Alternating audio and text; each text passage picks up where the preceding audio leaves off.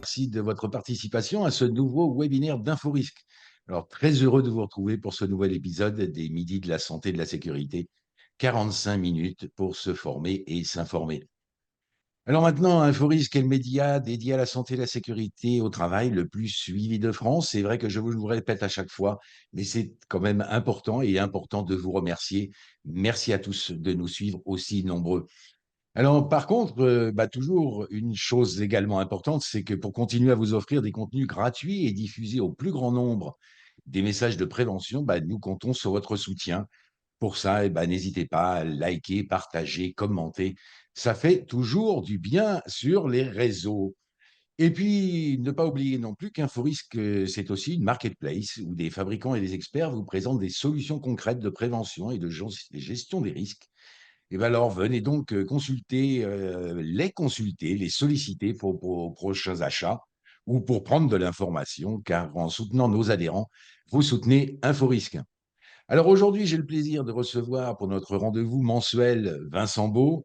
Et oui, nous sommes déjà à notre 17e rencontre. Voilà, donc Vincent Beau, qui est le fondateur du cabinet Master, reconnu socialement innovant en santé et qualité de vie au travail.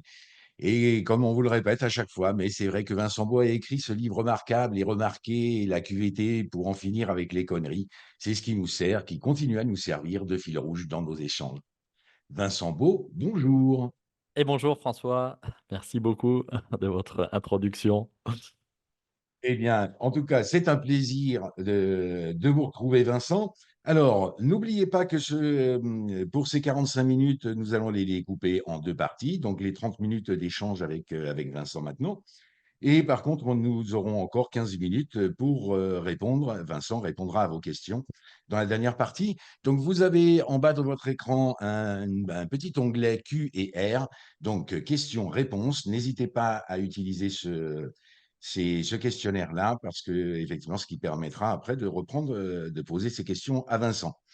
Alors, notre échange aujourd'hui, pour rentrer quand même dans le vif du sujet immédiatement, donc, portera sur finalement des choses un peu barbares, si je peux le dire comme ça, la QVT, l'ACT, la RPS, le PRP. Et est-ce qu'il n'est pas temps d'en finir avec la confusion des concepts, hein? Et pour démarrer quand même avec deux citations. La première sera: «Ce qui se conçoit bien s'énonce clairement» et la deuxième: «Bien comprendre pour bien agir». Alors voici 2 dictons populaires dont le bon sens n'a pas encore été remis en cause. Or, quand on parle beaucoup de ces sujets, qualité de vie au travail, amélioration des conditions de travail, prévention des risques professionnels, santé au travail, santé mentale, risques psychosociaux, sait-on vraiment de quoi l'on parle? Sait-on clairement les distinguer les uns des autres? Donnons-leur, nous tous, une définition stable et partagée, ou au contraire, chacun y va de sa définition ou de sa compréhension pour se former un chemin à travers ces concepts? Alors, c'est un sujet que nous allons débattre donc dans ce webinaire et qui tentera de relever le défi de repartir, que chacun puisse repartir finalement avec des définitions communes pour pouvoir les énoncer clairement aux non-initiés et surtout pour bien agir à leur sujet. Alors, tout de suite, Vincent, pour rentrer dans notre sujet, pourquoi est-il important de distinguer ces concepts? Eh bien François, c'est la question qui nous réunit aujourd'hui. J'en profite pour saluer toutes celles et ceux qui nous ont rejoints. Pourquoi est-ce que c'est important? C'est une super question François. Parce que ça fait 25 ans maintenant que je traîne mes bottes dans le milieu de la prévention des risques professionnels, de la santé au travail, j'ai trop souvent été confronté à des discussions qui sont stériles à propos de personnes qui utilisaient le même mot, mais ne mettaient pas la même chose derrière. Moi, je fais de la prévention, mais ça, c'est pas de la prévention. Moi, je fais de la qualité de vie au travail, mais ça, c'est pas de la qualité de vie au travail, et cetera, et cetera. Et il y a une sous-estimation, pardon François, il y a une sous-estimation de Ouais. l'impact que peuvent avoir des conceptions différentes de mots que l'on partage pour autant. Parce que si on comprend tous différemment, par contre, je donne un exemple, hein. Si on prend tous différemment, par exemple, ce qui est un risque, Alors, pour évaluer les risques, on va chacun évaluer quelque chose de différent en disant que c'est une évaluation des risques de la même façon, quoi. Donc, il y a un grand écart considérable qui existe aujourd'hui entre les mots qu'on utilise et les concepts qu'on associe à ces mots-là. Et il est temps de mettre fin, en fin de compte, à ça. Et je suis souvent impressionné du peu d'intérêt que ce débat sur les concepts génère. Très souvent, les gens à qui je parle de cette urgence-là, de se mettre d'accord sur ce dont on parle, à minima, nous, les experts, quoi, sous-estiment ce besoin. Ah, sous-estiment ce besoin, mais c'est normal qu'on n'ait pas tous la même définition et tout. Je dis, mais non, c'est juste pas possible parce que si on envoie les gens dans des directions opposées en employant le même mot, les non-initiés, comme vous disiez tout à l'heure, François, vous imaginez, un jour, on leur dit, ça c'est bien, tu as fait, j'en prends un exemple, hein, ça c'est bien, tu as fait une belle action de QVT, et derrière, il y a quelqu'un d'autre qui passe, qui dit, mais c'est juste pas ce qu'il fallait faire au titre de la QVT, quoi. Donc, il est temps de mettre fin à cette cacophonie parce que, vous l'avez dit tout à l'heure, si bien comprendre, c'est un préalable indispensable à bien agir, ben, mal comprendre, ça de sûr, c'est pas le préalable de bien agir, quoi. Donc, c'est un sujet de fond. Et je vais citer 3 anecdotes récentes encore, François. Quand j'étais, dans les institutions, CARSAT, c'est un projet que j'avais porté avec plusieurs autres, hein, et on avait réussi à harmoniser des définitions cohérentes dans les CARSAT, et avec l'INRS sur des concepts de base en prévention des risques professionnels. Des concepts de base que nous nous engagions à tous, quelle que soit la CARSAT, quel que soit, y compris l'INRS, à tous défendre de la même façon, présenter de la même façon, définir de la même façon. Ça n'empêche pas le débat. On pouvait toujours se réunir ensemble en se disant, tiens, ce concept, on l'a peut-être pas assez bien précisé, pas assez bien défini, mais en tout cas, ce débat se passait entre experts pour ensuite être publié au plus grand nombre. Et c'est des combats qu'il faut mener pour que notre discipline en devienne une. Moi, j'aime bien le mot discipline parce qu'il y a quand même dedans le mot discipline, quoi. La santé au travail, c'est une discipline. Il faut tous qu'on se discipline quand même un peu pour qu'on sache tous de la même façon de quoi on parle, parce qu'elle ne se destine pas, elle se destine pas qu'aux préventeurs, la discipline de la santé au travail. Elle se destine à tous, les dirigeants, les partenaires sociaux, les travailleurs, toutes celles et ceux qui sont concernés par l'effet du travail sur la santé. Donc voilà, François, c'est un débat de fond. Et je vais citer 3 exemples encore récents, François, tu vois, enfin, voilà, de ce cul-de-sac dans lequel on peut aller. Un exemple, je suis dans une conférence voilà, assez prestigieuse sur le sujet de la santé au travail. Et j'ai un interlocuteur à qui on dit mais vous, monsieur, est-ce que vous êtes en charge de l'amélioration des conditions de travail? Vous voyez, c'est une question qui sort. La réponse de l'interlocuteur, c'est absolument pas. Moi, mon sujet, c'est la prévention des risques. Et quand j'entends ça, moi, je dis, tous les yeux se retournaient sur eux-mêmes, les gens n'osaient pas poser la question de plus parce que ça allait mettre, je pense, un peu tout le monde mal à l'aise. Mais vous voyez, quand on en arrive à des situations comme ça, c'est qu'on rend notre sujet impossible à assimiler, puisqu'il se contredit par nature dans des oppositions de fond, quoi, qui sont incompréhensibles pour la plupart. Donc, vous voyez, quand j'ai assisté à ça, c'était une conférence de haut niveau hein, sur le sujet, je dis, mais là, pour reprendre une célèbre pub, quoi, on est mal. Parce que les uns et les autres parlent d'un même sujet en s'opposant sur ce même sujet. Un deuxième exemple, François, pour vous dire ça, c'est je suis dans un débat, pareil, sur la santé au travail. Et vous voyez, j'ai un interlocuteur qui me dit ah oui, mais attendez, moi, euh, tout ce qui va améliorer les conditions de travail, je refuse que ce soit limité à la prévention des risques professionnels. Ouais, je refuse. Donc, je refuse que l'amélioration des conditions de travail se limite à la prévention des risques. Et quand vous êtes dans un débat comme ça, vous voyez, il y a deux parties d'un pulse qui commencent à partir l'une dans un côté et l'autre dans l'autre, et on ne voit pas bien où tout ça, ça va, quoi. Mais par contre, de la part des gens qui prononcent tout ça, vous voyez, qui défendent, hein, parce que c'était fort de conviction, hein, c'était pas juste pour me mettre un croc en jambe, quoi. Eh bien, on a du mal après à raccrocher le wagon de l'approche et la compréhension globale. Quelque part, in fine, il faut que ce soit simple, ce qui ne veut pas dire simpliste, global et simple, de notre sujet. Voilà. Qu'on soit fort sur nos bases pour l'emmener ensuite chacun dans nos expertises, quoi. Donc, le débat sur les concepts qu'il faut harmoniser, c'est un débat, à mon avis, voilà, qui est essentiel pour qu'on puisse ensuite les propager, sans qu'on se retrouve confronté, comme ça m'est arrivé une fois, hein, à un dirigeant, on en a déjà parlé, hein, François, un dirigeant qui m'a dit un jour, embarqué dans une dimension, dans une action prévention par nous, qui s'est retrouvé confronté à l'avis d'une autre autorité de prévention sur le même sujet, et qui lui a dit: «C'est juste pas ce qu'il fallait faire», vous voyez? Ce dirigeant qui est venu vers nous en disant: «Vous savez quoi? Mettez-vous déjà tous d'accord entre vous là, moi j'arrête tout et une fois que vous serez d'accord, je reprendrai la démarche prévention que vous me proposiez», quoi. Tout ça pour des problématiques de concept. Donc voilà François, c'était pour poser l'enjeu. C'est pas juste de s'amuser à balancer des définitions pour, paraître plus intelligent que ce qu'on est, quoi. C'est de redonner à notre discipline le langage commun, comme on dit souvent, le vocabulaire et la grammaire qui va faire culture. Voilà, c'est le propre même, c'est l'essence même d'une culture. Donc voilà Surtout que François, Vincent, ça c'est l'enjeu. surtout que vous nous avez déjà fait faire des modifications chez Inforisque, puisqu'avant on avait effectivement notre thème d'émission, c'était effectivement la sécurité au travail. Et puis, on a été obligé d'ajouter santé, sécurité, parce que c'est vrai que on a découvert, on en a parlé aussi ensemble, mais c'est vrai on en était arrivé finalement à sortir la santé. On parlait de la sécurité en se disant que la santé est incluse. Et finalement, non, quelque part, on est arrivé à sortir la santé de ce concept. Bah, c'est ça qui est top François, c'est que ça, a été transformé en action parce que ça illustre que, toute cette harmonisation de la compréhension de nos concepts doit être au service de l'action et pas juste de l'hyper-théorisation pour théoriser, quoi. Donc si vous voulez bien François, je vais, alors c'est la première fois que je fais ça dans nos 17 webinaires.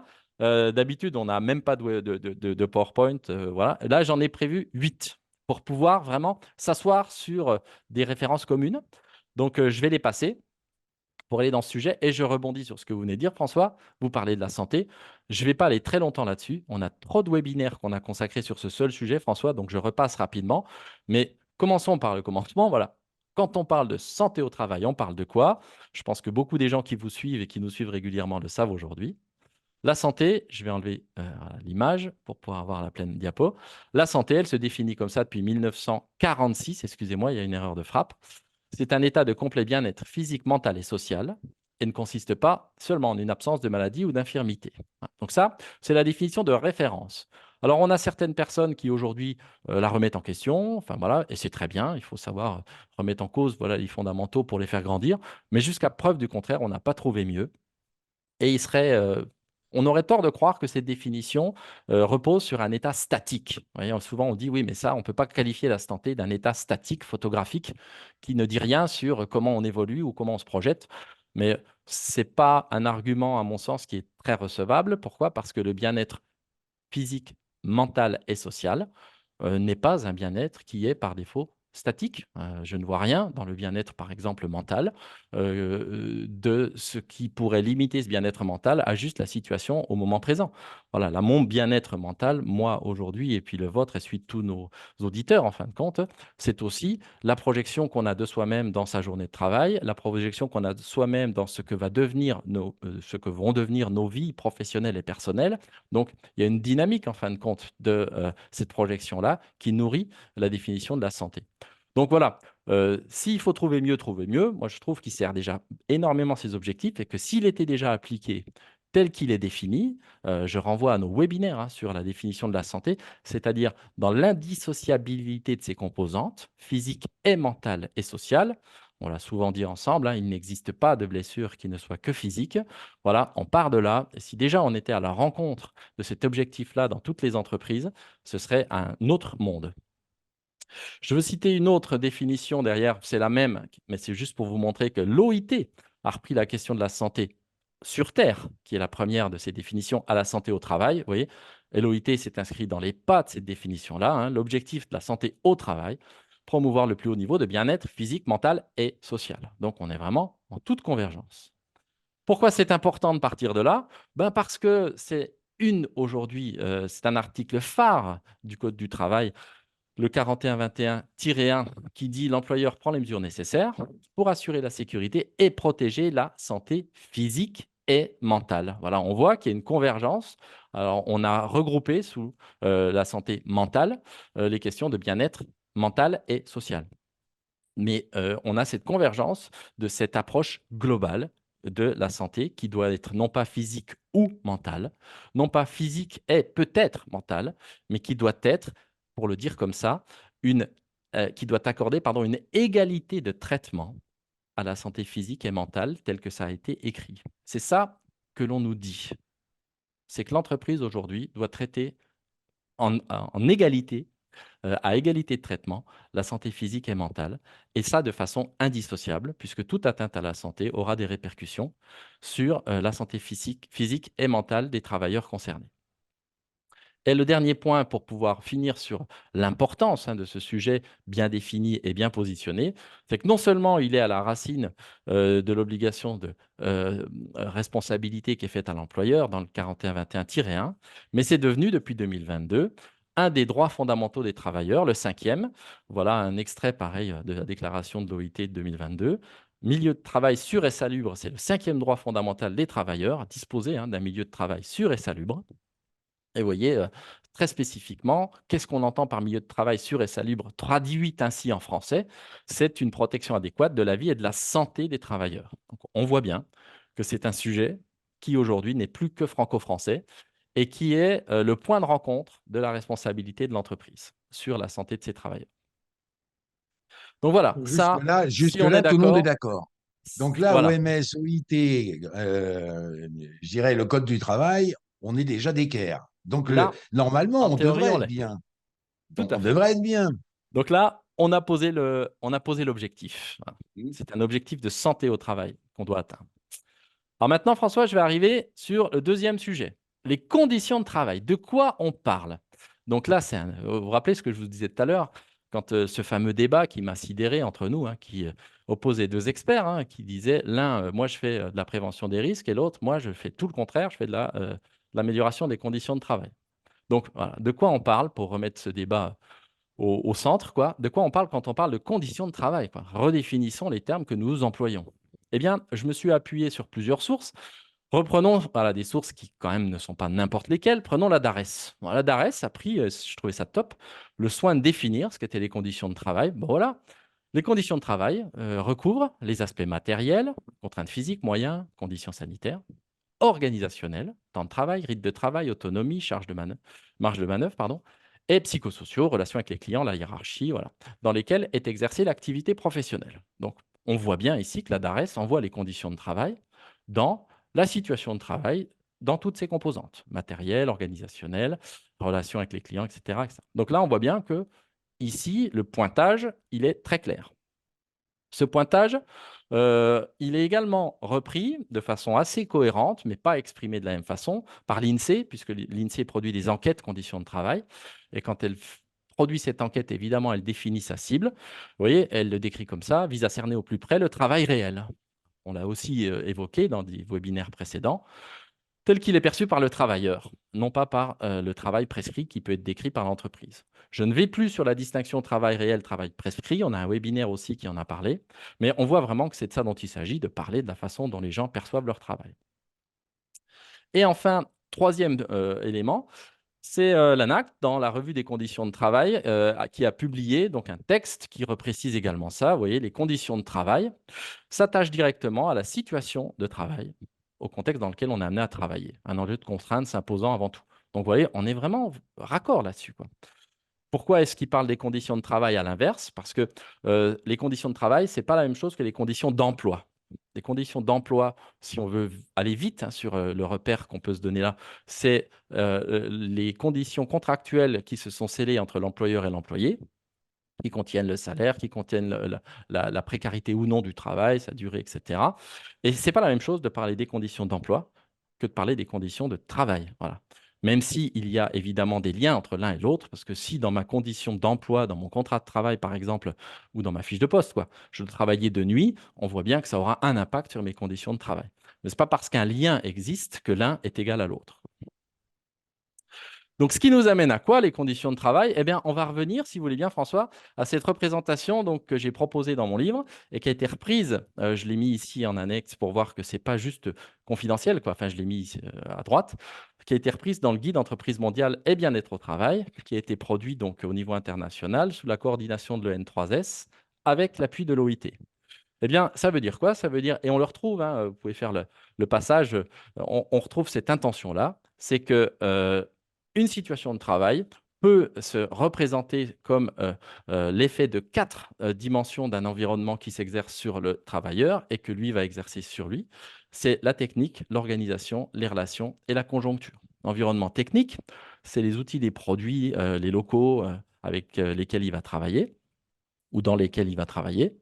L'environnement organisationnel, bah, c'est les objectifs qu'on lui donne, les ressources qu'on lui donne, c'est la latitude décisionnelle aussi qu'on va lui donner, c'est la charge de travail, sujet tellement impensé aujourd'hui dans les organisations qu'il va avoir. C'est les équilibres vie pro, vie perso qui vont être ou non organisés. Donc voilà, ça, c'est l'organisation du travail avec évidemment la coopération du travailleur avec celles et ceux dont il a besoin pour bosser. Troisième environnement, l'environnement relationnel, donc la dimension relationnelle de la situation de travail, ben, c'est quoi? C'est toutes les relations qu'il va entretenir avec les clients, avec ses pairs, avec sa hiérarchie, par exemple. Et la conjoncture, l'environnement conjoncturel, pareil, on l'a déjà décrit ensemble, c'est quoi? C'est la façon dont l'entreprise se positionne dans son écosystème et l'impact que ça va avoir sur la personne. Par exemple, une entreprise en croissance va avoir un effet sur la personne qui va appréhender cette croissance-là. On peut être très satisfait de voir son entreprise racheter son concurrent, par exemple, et très insatisfait parce qu'on se demande qu'est-ce qu'on va devenir, où on va bosser, de la même nouvelle, quoi. Donc voilà, il y a 4 dimensions qui sont propres à toute situation de travail. Et donc, les conditions de travail, c'est la façon dont la personne vit et perçoit les 4 environnements qui sont ceux-là. Environnement technique, organisationnel, relationnel et conjoncturel. Voilà, ça c'est Est-ce que, un point de rencontre avec tout ce qu'on a vu jusque-là.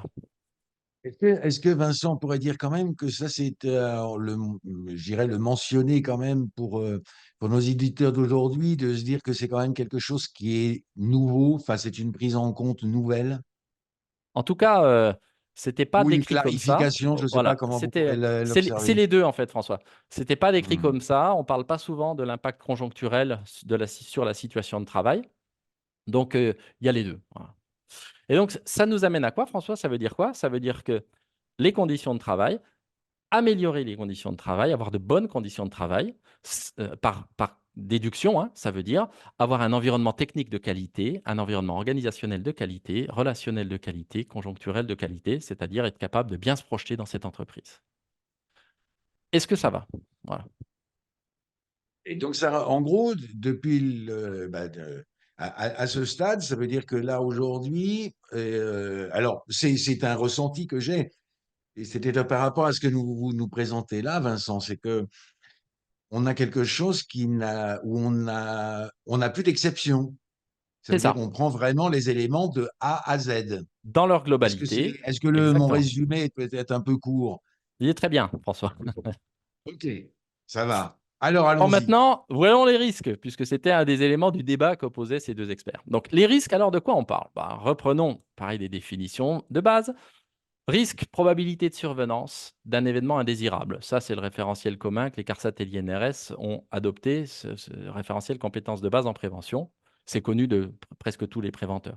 Donc, en gros, un risque, c'est la probabilité que quelque chose que je ne souhaite pas survienne. Voilà, c'est ça. Et donc, le risque professionnel, eh bien, c'est quoi? Ça va être la probabilité, excusez-moi, qu'est-ce qu'on ne va pas souhaiter professionnellement? On ne va pas souhaiter que l'événement d'atteinte à la santé physique et mentale, comme on l'a vu tout à l'heure, survienne. Voilà, c'est ça. Donc, un risque professionnel, c'est la probabilité d'une atteinte à la santé physique et mentale d'une personne. Ce qui veut dire quoi? Que la prévention des risques, bah, ça va être l'ensemble des mesures qu'on va prendre pour supprimer ou à défaut réduire les probabilités d'atteinte à la santé des travailleurs. Voilà. Ça, c'est tout à fait logique par rapport à ce qu'on se dit. Et donc, la prévention des risques professionnels, c'est l'ensemble des dispositions à mettre en œuvre pour préserver la santé, hein, c'est redit ici, la sécurité aussi, améliorer les conditions de travail et tendre vers le bien-être. Donc, on voit bien, en fait, François, pour en arriver, je pense, là où on doit en arriver, c'est que prévenir les risques une fois qu'on a bien décrit ce que c'était, c'est-à-dire prévenir les risques d'atteinte à la santé physique et mentale, c'est tout faire en sorte pour que les conditions de travail s'améliorent, prises globalement. Ce qui veut dire quoi si on revient à notre modélisation et à nos 4 environnements ici? Ça veut dire qu'un employeur qui a déjà cet objectif d'atteindre le plus haut niveau de santé physique et mentale qui lui est donné. Physique et mentale, dans l'égalité de traitement qui doit être accordée à cette définition-là. Donc, un employeur qui a cet objectif-là, pour atteindre cet objectif, doit regarder la situation dans laquelle ces gens travaillent, leurs conditions de vie au travail, comment ils font, comment ils vivent leur travail, dans les 4 dimensions qui sont celles-ci, et se dire, est-ce que dans l'environnement technique, il y a quelque chose qui peut leur faire mal, toujours physiquement et mentalement, et jamais où? Est-ce que dans l'organisation du travail, il y a quelque chose qui peut leur faire mal? Dans les relations au travail, quelque chose qui peut, lui, leur faire mal? Et la conjoncture, est-ce que, quelque chose qui peut, lui, ou leur faire mal? Donc ça, vous voyez, c'est la question qu'on doit se poser à la racine de la situation de travail pour pouvoir identifier, le cas échéant, hein, éventuellement, des choses qui peuvent leur faire mal. Ce sera donc quoi? Des risques qu'on va trier par famille. Tout ce qui va être des éléments qui peuvent atteindre à la santé physique et mentale des travailleurs issus de leur environnement technique. On va appeler ça les risques techniques. Ah, c'était une grosse avancée sémantique. Par contre, comment on va appeler tout ce qui, dans l'organisation du travail, peut directement faire mal aux travailleurs? Comment on va appeler tout ce qui, dans les relations au travail, peut directement faire mal aux travailleurs, c'est-à-dire atteindre sa santé physique et mentale? Comment on va appeler, dans la conjoncture de l'entreprise et la façon dont le salarié s'y projette, tout ce qui peut directement lui faire mal, atteindre à sa santé physique et mentale? Ça, c'est ce qu'on va appeler les risques psychosociaux. Et ça met ça vise à couper court à l'énorme confusion dont on a aussi beaucoup parlé, François, de risques psychosociaux définis comme la liste des causes par nature psychosociale qui peuvent atteindre à la santé physique et mentale. Couper court à cette mauvaise interprétation qui est la confusion des risques psychosociaux avec les troubles psychosociaux, qui est la nature des atteintes à la santé mentale, ce qui n'est absolument pas la même chose. Quand on parle de risques psychosociaux, si on veut rester dans le monde de la prévention, on classifie les causes. Donc voilà cette modélisation-là qui nous permet d'avancer un cran de plus. Donc en gros, si je fais pareil, un parallèle, améliorer les conditions de travail, c'est donc prévenir les risques techniques et prévenir les risques psychosociaux qui peuvent atteindre au bien-être physique, mental et social des travailleurs. Et le gros enjeu des entreprises aujourd'hui, en tout cas c'est celui que je perçois le plus, c'est qu'il faut aller plus loin que rester sur les seuls risques techniques, c'est-à-dire les risques objectifs qui se voient, qui se mesurent aujourd'hui dans la situation de travail. Il faut aller plus loin que le seul bien-être physique, c'est-à-dire les accidents du travail et les maladies professionnelles, qui ne sont pas, on l'a vu, hein, l'essentiel, en tout cas la complétude de la notion de santé au travail, puisqu'on doit aller non pas que jusqu'au bien-être physique, mais sur le mental et le social. Eh bien, je pense que ça, ces démarches qui visent à agir sur l'environnement technique et ne regarder que les atteintes à la santé physique, c'est ce qu'on va appeler, empiriquement, elles se sont appelées des démarches sécurité. Eh bien, le grand enjeu des entreprises aujourd'hui, c'est de passer de démarches sécurité à des démarches santé au travail, qui soient dans la visée sur l'égalité de traitement de la santé physique et mentale, l'égalité de traitement, ce qui n'est pas le cas aujourd'hui, et d'autres qui approchent également globalement toutes les composantes de la situation de travail, technique, organisation, relations et conjoncture. Donc Peut-être voilà. une question, Vincent, je vous coupe juste une seconde parce que, donc du coup, non, à la limite, si vous pouvez revenir juste 2 secondes, ça veut dire que là, sans vouloir tout dévoiler ce qui suit, mais aujourd'hui, ce qui veut dire aussi que ces risques psychosociaux, en aucun cas, ils doivent être pris encore en compte par les HSE et de ne pas avoir un peu ce dérapage d'aller, dès qu'on entend psychosociaux, de partir directement direction les RH. Mais en Est-ce que fait, c'est ça que vous êtes en train de nous Mais en dire, fait, Vincent, pourquoi ou est-ce qu'il y j'ai a eu pas compris? ce décalage, en fait, François? C'est parce que Hmm. on a associé aux risques psychosociaux, on a associé le mot burn-out, on a associé le mot suicide, voilà, c'est-à-dire les conséquences. Donc évidemment, quand vous êtes face à ça, vous vous sentez démuni et puis vous allez voir des experts qui vous semblent être un peu plus, forts que vous pour pouvoir traiter de ces atteintes à la santé, qui sont, voilà, assez impressionnantes et puis que tout le monde ne maîtrise pas. Or, si tous les préventeurs, quand ils pensaient risques psychosociaux, tous les dirigeants, quand ils pensaient risques sociaux, penser non pas conséquences au titre de ces risques, mais penser qu'est-ce qui dans l'organisation du travail, qu'est-ce qui dans les relations au travail, qu'est-ce qui dans la projection des salariés qui demandent par exemple des évolutions de compétences, hein, pas que de salaire, et qui n'ont même pas la réponse qui correspond à leurs demandes, enfin, pour citer juste ça. Si on avait tous ces gens qui pensaient qu'est-ce qui, dans l'organisation, les relations et la projection, la conjoncture, donc, peut faire mal aux travailleurs, alors ils n'iraient plus voir les RH, ils n'iraient plus voir je ne sais qui, mais ils iraient retourner vers la situation de travail pour établir avec les travailleurs concernés ben, les éléments qui, dans l'organisation, les relations ou la conjoncture, peut leur faire mal ou leur fait déjà mal physiquement et mentalement. Voilà, François, la meilleure réponse que je peux vous donner, c'est que oui, il faut éviter cette espèce je ne vais pas employer une expression trop triviale, mais en tout cas de patate chaude, voilà, à qui qu'on s'est parfourgué parce qu'elle est mal définie, François. Et on retrouve ce qu'on se dit. Or, parler de l'organisation des relations et puis de la projection, la façon dont les personnes se projettent ou non dans leur emploi, c'est à la portée d'un préventeur formé qu'il est pour le faire.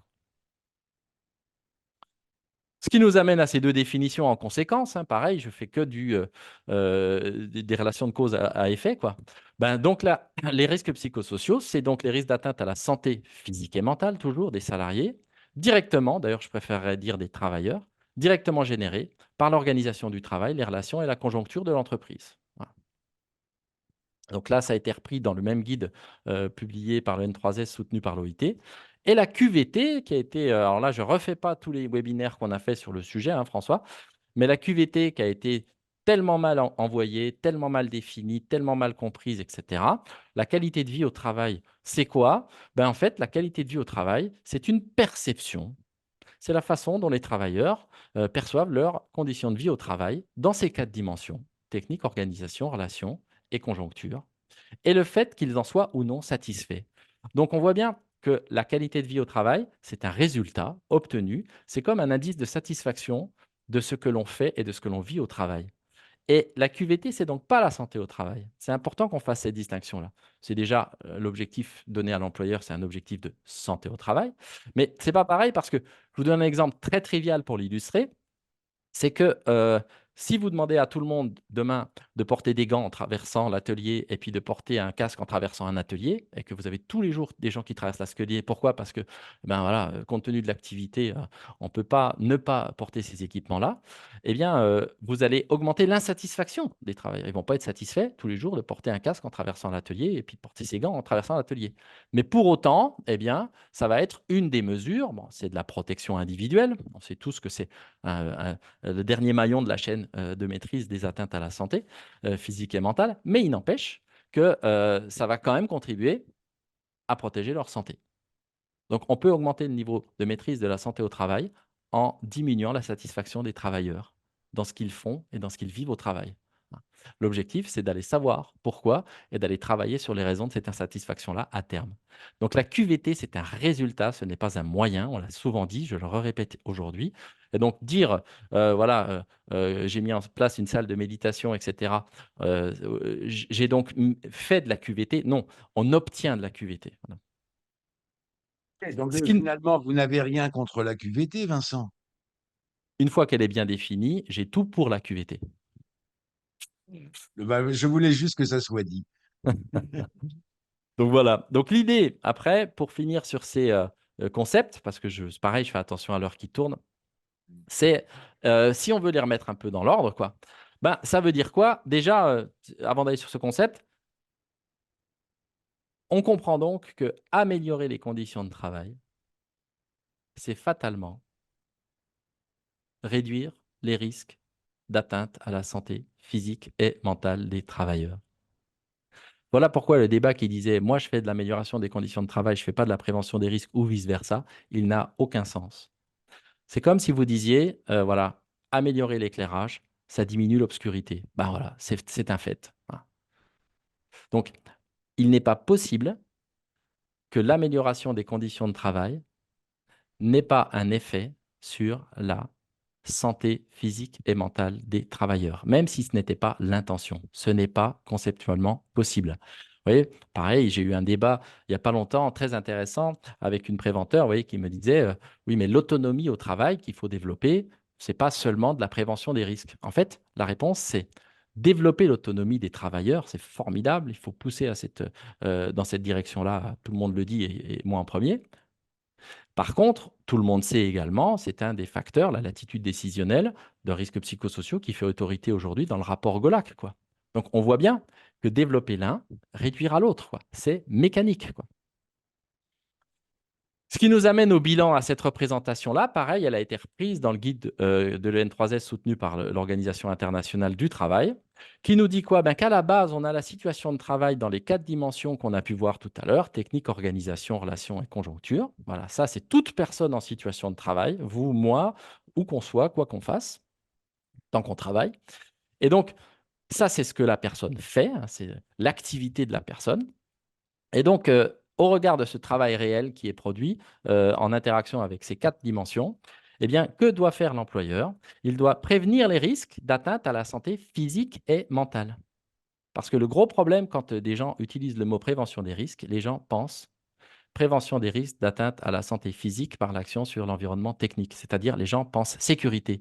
Et c'est pour ça que ça joue le rôle de repoussoir, parce que quand on veut parler d'organisation du travail, les gens font cette espèce de scission de concept en disant je veux agir sur l'organisation du travail, donc je ne veux pas faire de sécurité, ce qui est c'est un non-sens. Alors, pareil, on a tellement démontré, puis on vient encore de le refaire, quoi. L'organisation du travail, elle va participer à la production ou non d'atteinte à la santé physique et mentale. Tout le monde le sait. Voilà. Donc, ça permet d'expliquer qu'il ne s'agit pas d'aller réduire la prévention des risques à la prévention des atteintes à la santé physique. Ça, c'est pas parce que c'est mal fait que c'est comme ça qu'il faut plus le faire, en fait. Il faut redonner à la prévention des risques ses lettres de noblesse en remettant la probabilité de l'événement indésirable que l'on souhaite. La prévention des risques, c'est la prévention des atteintes à la santé physique et mentale. Et ça, c'est ce que doit faire l'employeur en vue de l'obligation qu'on a vue tout à l'heure. Donc, pour faire ça, pour que l'employeur prévienne les risques issus de l'activité, de la situation de travail, eh ben, il va mettre en place une mesure d'évaluation des risques techniques, qu'est-ce qui peut dans l'environnement technique faire mal physiquement et mentalement aux travailleurs, et d'évaluation des risques psychosociaux, c'est-à-dire qu'est-ce qui dans l'organisation, les relations et la projection peut leur faire mal physiquement et mentalement. Ça, c'est le boulot qu'il doit faire. Et il doit tourner en boucle pour réaméliorer en continu la situation de travail au vu de ce qu'il peut identifier. Bien sûr, on l'a vu tout à l'heure, avec les travailleurs concernés. Voilà, ça c'est ce qui se passe dans l'entreprise, c'est ce qu'elle fait. Elle travaille et elle prévient les risques issus de ce travail. Ce qui veut dire qu'à partir de ce moment-là, on obtient, et là on n'est plus dans ce que l'entreprise fait, mais dans ce qu'elle obtient, un certain niveau de santé au travail au regard de ce que l'on a fait en dessous, sur les 3 dimensions de la santé, hein, le bien-être physique, mental et social, indissociables les trois. Et derrière, au-delà de ça, qu'est-ce qu'on a? Eh bien, on va récupérer un certain niveau de qualité de vie au travail qui est quoi? Ben, en gros, hein, la satisfaction des salariés de ce qu'ils font et vivent au travail. On l'a aussi dans un webinaire expliqué comme ça, c'est-à-dire est-ce qu'ils ont le sentiment, puis vous retrouverez les dimensions de la situation de travail, de faire du bon boulot avec de bons outils, avec une bonne organisation, avec de bonnes relations et un beau projet, une bonne projection dans l'emploi, et que tout ça fait ou non sens. Voilà. Donc on va leur poser la question de leur satisfaction. Mais une insatisfaction ne doit pas devenir, par défaut, une mesure de prévention à engager. Si je ne suis pas satisfait de porter mon casque, je fais exprès de rester sur cet exemple-là, ben, je ne vais pas ne pas le porter pour devenir satisfait. Hein. C'est juste pas possible. Donc la qualité de vie au travail, c'est le dernier filtre du tamis qui permet de maîtriser l'atteinte ou non du bien-être au travail, pareil, tel qu'il a été défini. Donc l'entreprise va faire plusieurs évaluations en fait. Elle va évaluer les risques pour améliorer la situation de travail, puis après elle va regarder ses résultats. Quelles sont les données de santé au travail qu'elle peut mesurer sur le physique, le mental et le social? Donc elle va évaluer le niveau de santé par des professionnels de santé, c'est quand même beaucoup mieux comme ça.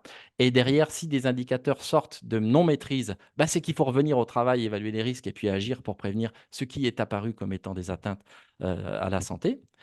Ensuite, elle va évaluer, et ça, c'est trop bien à le faire, la qualité de vie au travail. C'est-à-dire, eh bien, au bout de tout ça, est-ce que vous êtes satisfait de ce que vous faites et vivez au travail? Ça, c'est l'évaluation de la qualité de vie au travail, jusqu'au bien-être. Et à chaque fois, on reboucle avec la situation de travail pour que tout ceci serve à l'améliorer. Donc voilà, une pyramide qui permet de poser ces concepts. En bas, ce que l'entreprise fait, et en haut, ce que l'entreprise peut obtenir.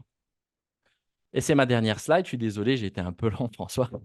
Ce qui veut nous C'est pas dire grave, parce que quoi? d'un autre côté, je dois dire une chose, c'est que pour l'instant, je dirais tous nos auditeurs sont tout à fait, doivent boire vos paroles, Vincent, puisqu'il y a des félicitations qui sont tombées dans les questions-réponses, mais pour l'instant, pas de questions. Donc, Ou alors allons-y, ils sont allons-y, assommés, oui. continuez. Ce qui nous On permet boit vos d'arriver. paroles, Vincent. Non, non, mais ce qui nous permet d'arriver à quoi? C'est que La santé mentale s'écoute, elle ne se voit pas. Alors, quand je dis ça, j'utilise un raccourci, bien sûr, mais oui, elle est par nature subjective. Ça, c'est pareil, on l'a déjà démontré. On a démontré quoi?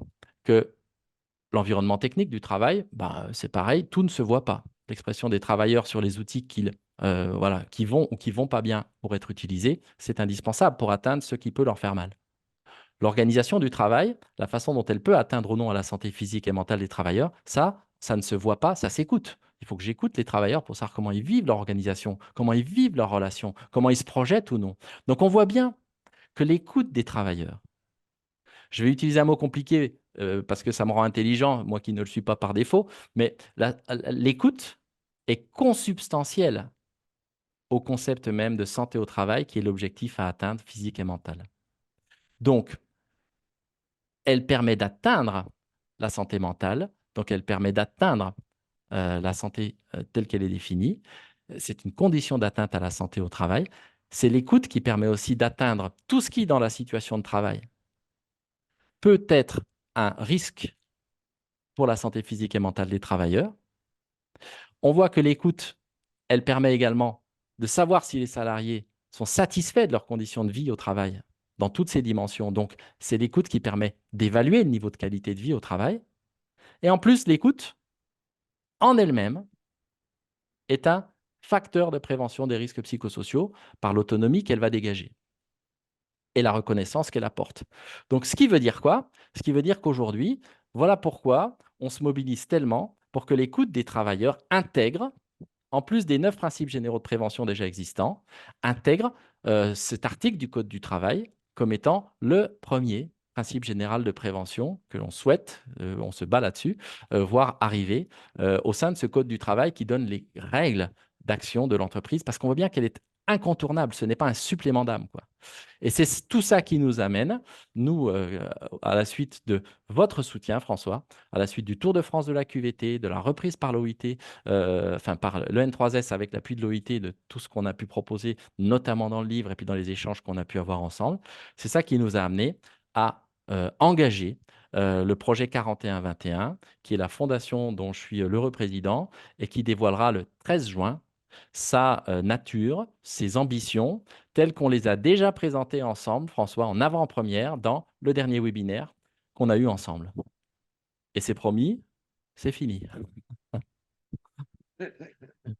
Bah, en tout cas, merci Vincent, parce que mais ça paraît tellement simple. C'est-à-dire qu'en vous écoutant, j'ai envie quand même de poser la première question, parce que bon, avant de prendre les questions qui vont tomber, mais qu'est-ce qu'on fait de la QVCT?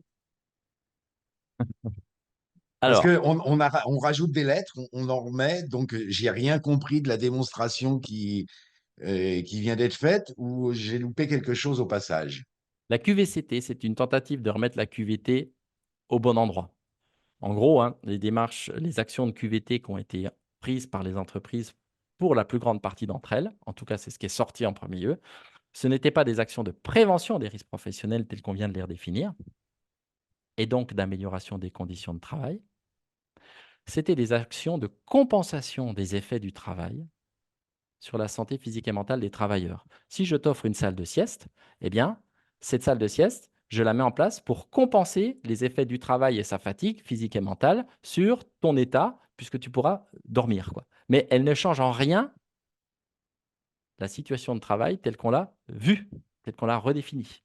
D'ailleurs, il y a même, je vous l'avez vu passer, je pense, hein, il y a même une étude anglaise là, qui a prouvé que tout ce qui était développement personnel, enfin voilà, qui est beaucoup charrié par les démarches, les actions pardon, QVT d'aujourd'hui, malheureusement, qui démontrent que c'est même mauvais pour la santé des travailleurs, in fine. Bon.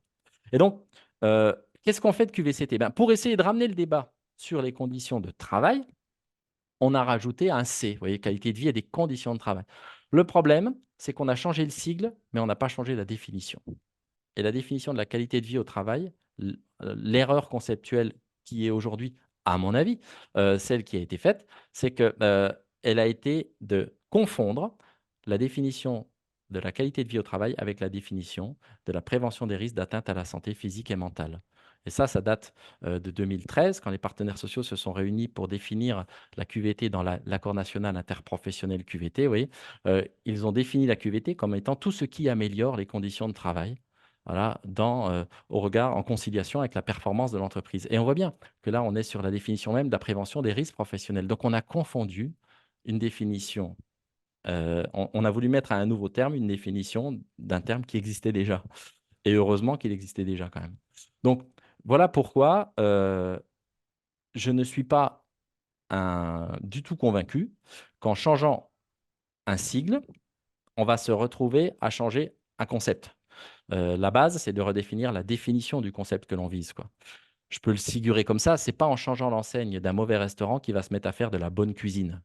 Ce qu'il faut, c'est revoir sa définition. C'est pour ça que j'étais tellement impressionné dans le bon sens que le N3S, par ce groupe de travail soutenu par l'OIT, Entreprise mondiale et bien-être au travail, me sollicite avec de grandes institutions, hein, autour de ce groupe de travail pour redonner à la QVT un terme qui lui donne sa juste place dans toute cette articulation de concepts, quoi. Bon, et je dois dire, alors, pardon à nos auditeurs, j'ai fait une chose, j'avais cliqué sur le mauvais lien tout à l'heure et j'avais pas vu qu'il y avait d'autres questions qui étaient arrivées parce que j'étais dans les onglets questions répondues. Alors là, on va essayer de faire très vite pour répondre à quelques questions quand même, Vincent. Alors, donc, quels sont les indicateurs que vous proposez permettant d'évaluer la qualité de vie au travail au sein d'une organisation? Alors là, c'était une vaste question Non, c'est une question et super, c'est une super bonne question, OK. très simple à répondre. Si on a compris que la QVT, c'est la satisfaction de ce que les salariés vivent au travail, de ce qu'ils font et ce qu'ils vivent au travail, dans toutes les dimensions. Alors, évaluer la QVT, c'est leur demander quelle est leur perception de leur environnement technique, leur environnement organisationnel, leur environnement relationnel, leur environnement conjoncturel et le sens que tout ceci peut avoir. C'est leur poser des questions de satisfaction sur ces environnements-là. Voilà. Donc, en fin de compte, une fois que c'est bien compris, il n'y a plus qu'à bien faire, quoi. On voit bien que la QVT mesure et que c'est la prévention des risques d'amélioration, pardon, la prévention des risques d'atteinte, pardon, à la santé physique et mentale qui agit sur la situation de travail dans toutes ses composantes. Voilà. Donc voilà comment on peut trouver, une fois que c'est bien compris. En fait, la QVT, presque pour le dire comme ça, hein, c'est une affaire de sondage, de satisfaction pour remettre en cause la situation de travail si de l'insatisfaction naît, alors même que est la prévention des risques dans l'identification et l'évaluation des risques et les mesures de santé physique et mentale n'ont pas révélé que quelque chose se passait mal. C'est le dernier tamis. Voilà. Alors, une question. Alors, bonjour, je suis entièrement d'accord avec votre vision. Pourtant, voici la réponse que j'ai reçue par la CARSAT lorsque j'ai voulu intégrer leur réseau de référents en prévention des RPS. Je découvre la question, hein. Alors je ne sais pas ce qu'elle va contenir, hein. Alors, DRP, j'ai voulu intégrer leur réseau de référents de prévention des RPS. Un des critères de référencement de consultants en prévention des RPS est d'être titulaire d'un diplôme de niveau Bac+5 en psychologie du travail ou ergonomie. Alors, la CARSAT semble donc indiquer que des experts en prévention des risques ne sont pas suffisamment qualifiés slash compétents, voilà, ce qui n'aide pas à avancer dans le sens que vous exposez. Vous indiquez travailler avec la CARSAT, vous avez travaillé, Vincent, avec la CARSAT, pour la CARSAT et partagez-vous ce ressenti. Est-ce que je Alors, reformule ou tout est clair? oh, mais c'est clair. Déjà, ça fait 15 ans que je ne suis plus en CARSAT. Donc voilà, c'est une institution que je chéris CQFD. et j'en ai d'autres. Mais tout ça pour vous dire quoi? Je ne suis pas le porte-parole des CARSAT. Deuxièmement, je comprends que des CARSAT disent, OK, si on veut voir la santé au travail globalement, et si on veut parler d'organisation du travail, de relations au travail, hein, si on reprend, hein, les trois composantes des risques psychosociaux, l'impact d'organisation du travail, des relations et de la projection, c'est vrai qu'il faut des compétences spécifiques pour aller questionner l'organisation, questionner les relations et puis questionner la projection dans l'emploi, quoi. Et par exemple, des préventeurs qui seraient uniquement centrés dans leur expertise, ça en existe, hein. Par exemple, sur des risques très techniques, hein, des risques qui soient chimiques, des risques qui soient mécaniques, pourraient se sentir en difficulté d'aborder des questions de l'organisation, de la relation et de la projection dans ce qu'elles peuvent comporter comme risque pour la santé physique et mentale, quoi. Donc, voilà pourquoi je comprends qu'il y ait une exigence qui soit marquée sur la sécurité pour un préventeur d'aller aborder ces sujets-là, puis de comprendre globalement la santé physique et mentale. Par contre, de mettre un seuil comme celui-ci pour pouvoir rentrer, voilà, ça mérite débat pour pouvoir rentrer dans le cursus dont vous parlez, quoi. Ok. Alors, Alexis, notre métier dans sa globalité, c'est bien d'être dans l'évolution et l'adaptabilité, ce qui en fait son intérêt pour nous, mais aussi sa faiblesse pour la vision des autres. Oui, bah, Commentaire. je vais laisser cette citation à Alexis et puis on va passer à la question prochaine, puisqu'il n'y a pas de question en fait, François. Non, voilà, c'est pas une question, c'est une remarque. Je vous la donne, hein. Mais c'est sûr qu'il faut Alors, s'adapter. quel est le niveau de conscience de ces obligations pour une TPE vs Hmm. une PME ou une grande entreprise? C'est une tellement bonne question. D'une des étapes du Tour de France de la QVT, quand je projette hein, l'article du Code du travail, quoi, j'ai un employeur qui pète un plomb quelque part quoi, dans la salle et qui me dit: «Non mais c'est n'importe quoi. Je ne suis pas en charge de la santé mentale de mes travailleurs. Moi, je dois leur donner des bons outils, faire en sorte que le travail soit à peu près bien fait. Barca, c'est quand même pas moi, je suis pas psy». Voilà. C'était vraiment vous voyez François, c'était une auto-interpellation très forte quoi et c'était géant que ça sorte. Donc eh bien, la réponse était de dire: «Mais vous n'avez pas à prendre en charge des gens dont la santé mentale serait affectée. C'est pas votre boulot. Donc vous n'avez pas à devenir psy», puisque c'était un peu la fin de son plaidoyer. Puis par contre, la santé mentale relève de tout ce que vous allez, dans l'entreprise, mettre à disposition des salariés pour bien faire et bien vivre leur travail. Donc ça, l'environnement technique que vous avez ordonné, l'organisation du travail, c'est quand même vous. Les relations, bah, c'est quand même vous l'arbitre. Si vous avez 3 personnes qui s'amusent à harceler tout le monde, si l'employeur ne joue pas l'arbitre de ces dérives pardon, de comportement, personne ne le jouera ou ce sera mal joué. Donc c'est à vous que revient tout ça. Et la projection, voilà, vous avez des devoirs de vous assurer que chacun n'est pas dans un tunnel à se demander comment il va vivre demain sa relation de travail. Donc, en gros, voilà, quand on les projette sur les causes, il est revenu, vous voyez, sur son auto-interpellation. On dit: «OK, vous nous envoyez vers ça». Je fais: «Oui, oui, on vous envoie vers l'organisation, les relations» et d'ailleurs, vous y êtes attaché et la projection dans l'emploi. On ne vous envoie pas vers, le fait d'allonger tous vos salariés pour demander comment est-ce qu'ils vivent leur travail. Est-ce qu'ils ont vécu, voilà, quel est le niveau d'atteinte à leur santé mentale. Ça, c'est pas votre boulot. Donc voilà François, pour répondre à la question, aujourd'hui c'est très peu connu, ça date depuis 2002 hein, dans le code du travail et c'est très peu connu François, y compris de grands décideurs qui ne savent pas que l'égalité de traitement de la santé physique et mentale, elle est requise par le code du travail au titre de leur responsabilité d'employeur, quoi. Donc il y a un vrai enjeu culturel, un enjeu culturel énorme François, à faire que ça puisse rentrer, dans, les conceptions de chacun. Et une façon, voilà, assez simple, par exemple, je vous donne juste un indicateur. Si dans les bilans sociaux, par exemple, des entreprises, je parle des grosses, hein, vous n'avez aucun indicateur qui remonte d'atteinte à la santé mentale des travailleurs, c'est donc que ce n'est pas un sujet qui est pris comme un sujet de responsabilité. Et aujourd'hui, l'essentiel des entreprises ne remonte que les atteintes à la santé physique, c'est-à-dire le taux d'accident du travail, pour le dire comme ça. Et oui, là, c'est l'expression directe d'un déficit culturel de santé au travail. Et c'est souvent l'expression directe d'une politique sécurité au travail qui s'est arrêtée aux atteintes à la santé physique et à l'environnement technique et les procédures pour bien le maîtriser. Voilà. Donc on est vraiment oui, sur un énorme enjeu culturel. Cette égalité de traitement, elle doit se manifester pas que dans les consciences, bien comprendre, mais dans les actes, bien agir, quoi. Et dans le dernier webinaire qu'on a fait sur le projet 41-21, c'est tout l'enjeu du webinaire, tout l'enjeu du projet 41-21. Et on a cité, je ne sais pas si vous vous rappelez François, des façons d'identifier les atteintes à la santé mentale qui sont à portée de l'entreprise. Et pour vous spoiler un retour, suite à ça, j'ai un très grand groupe qui m'a contacté pour me dire qu'il allait mobiliser ses médecins du travail pour pouvoir remonter, non pas qui, mais combien de salariés avaient été vus dont la santé mentale était affectée du fait de leur travail. C'est-à-dire, ils suivaient une des 4 préconisations que j'ai données dans le webinaire pour mettre à jour, enfin, sortir du tabou, mais mettre au grand jour le nombre d'atteintes à la santé mentale issues du travail à minima. C'est peut-être pour ça qu'on a plaisir, voilà, qu'on a fait déjà ces 17 webinaires ensemble. C'est parce que peut-être que vous nous donnez, ça permet avec vous de clarifier de manière tellement concise et précise tous ces concepts et de les rendre aussi, leur montrer aussi leur côté purement opérationnel. C'est-à-dire, on n'est pas uniquement dans la théorie, c'est vraiment des choses qui sont issues également de votre expérience, donc qui permettent de remettre les choses en place. Alors, on a complètement fait exploser le temps. Pardon, bon, je vais pas pouvoir continuer quand même pour les questions.